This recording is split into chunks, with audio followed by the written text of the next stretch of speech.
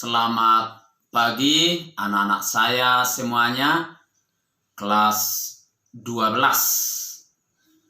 Pada pagi hari ini kita pertemuan yang pertama dari bab yang keempat dengan judul Dinamika Persatuan dan Kesatuan Bangsa dalam konteks Negara Kesatuan Republik Indonesia. Itu judulnya. Topik pada pertemuan yang pertama ini adalah memahami negara kesatuan. Tujuan pembelajaran kita dalam negara kesatuan itu yang pertama, anak-anak saya nanti bisa memahami konteks atau konsep negara. Yang kedua, anak-anak saya bisa mendeskripsikan dasar hukum pelaksanaan negara kesatuan. Dan yang ketiga, anak-anak saya bisa mendeskripsikan karakteristik negara kesatuan Republik Indonesia. Yang pertama, konsep negara itu ada 3. Yang pertama, bentuk negara di dunia. Secara umum bentuk negara di dunia ada 3. Yang pertama, negara kesatuan. Negara kesatuan itu di mana sebuah negara unity, satu, mulai dari pusat sampai ke daerah, dan kedaulatannya tidak terbagi-bagi. Yang kedua, negara federal atau sering disebut dengan negara serikat. Negara ini adalah dibagi atas beberapa negara-negara bagian. Namun negara-negara bagian itu tidak berdaulat penuh. Contoh, Amerika Serikat, Australia, Malaysia, mereka menerapkan negara serikat atau negara bagian.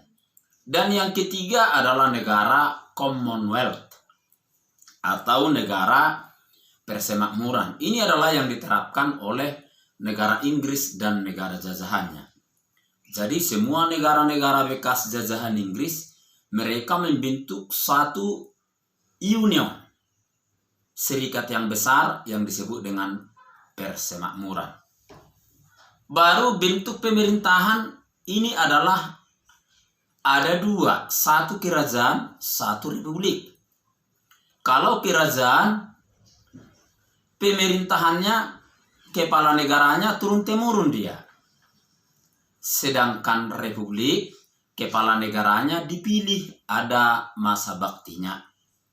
Dan yang ketiga, konsep negara itu sistem pemerintahan. Yang lazim umum ada sistem pemerintahan presidensial, ada sistem pemerintahan parlementer. Jadi Indonesia menerapkan negara kesatuan, bentuk pemerintahannya republik, sistem pemerintahannya kabinet presidensial. Dasar hukum negara kesatuan itu, yang pertama Pancasila, sila ketiga, persatuan Indonesia, inilah yang paling tinggi. Dari sinilah dijabarkan sampai ke bawah bagaimana konsep negara kesatuan Republik Indonesia itu. Dalam hal ini, sila ketiga itu adalah sudah perumusan matang oleh Bapak pendiri negara. Yang baik kita adalah negara kesatuan karena kita majemuk. Dasar hukum yang kedua, Undang-Undang Dasar 1945. Pasal 1 ayat 1. Ya, pasal 1 ayat 1-nya. Negara Indonesia adalah negara kesatuan yang berbentuk republik. Ya, negaranya kesatuan, pemerintahannya republik. Yang kedua, pasal 25A Undang-Undang Dasar 1945. Di sana dikatakan negara kesatuan Republik Indonesia adalah negara kesatuan yang bercirikan Nusantara dengan wilayah yang batas-batas dan hak-haknya ditentukan oleh undang-undang. Jadi negara kita negara kesatuan bercirikan Nusantara, Nesos, Nusa tambah Antara, yang intinya negara kepulauan.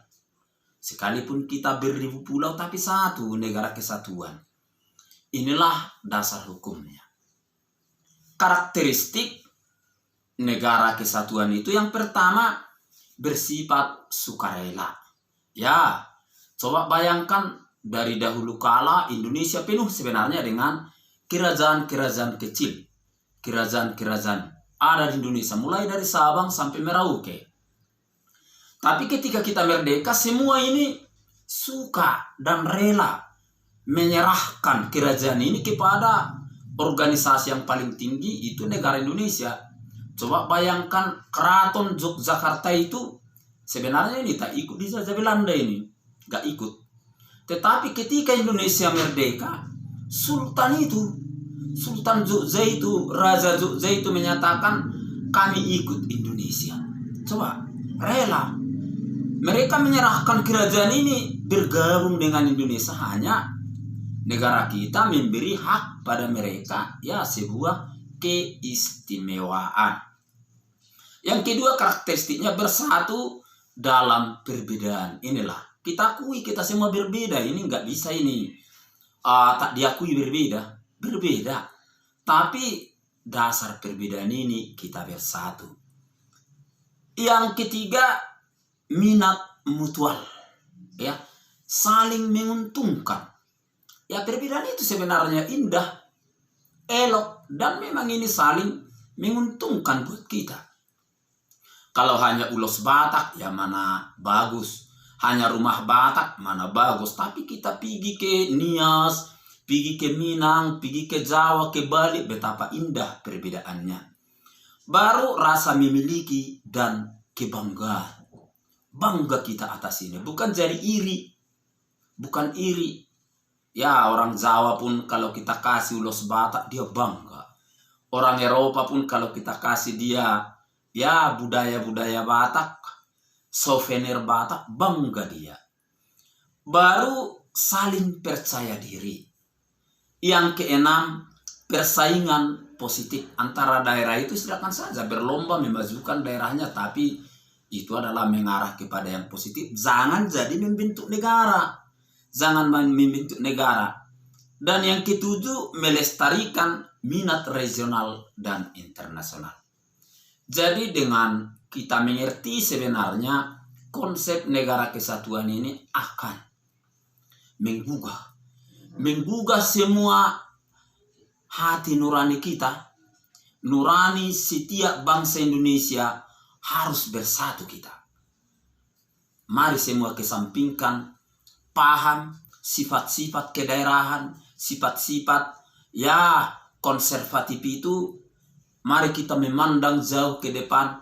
Indonesia adalah negara besar dan negara maju di bawah persatuan. Anak-anak saya, dalam pertemuan yang pertama ini, sampai di sini dulu hantaran Bapak. Selamat pagi untuk kita semuanya. Salam sehat dan lihat penjabaran materi dalam PowerPoint. Terima kasih.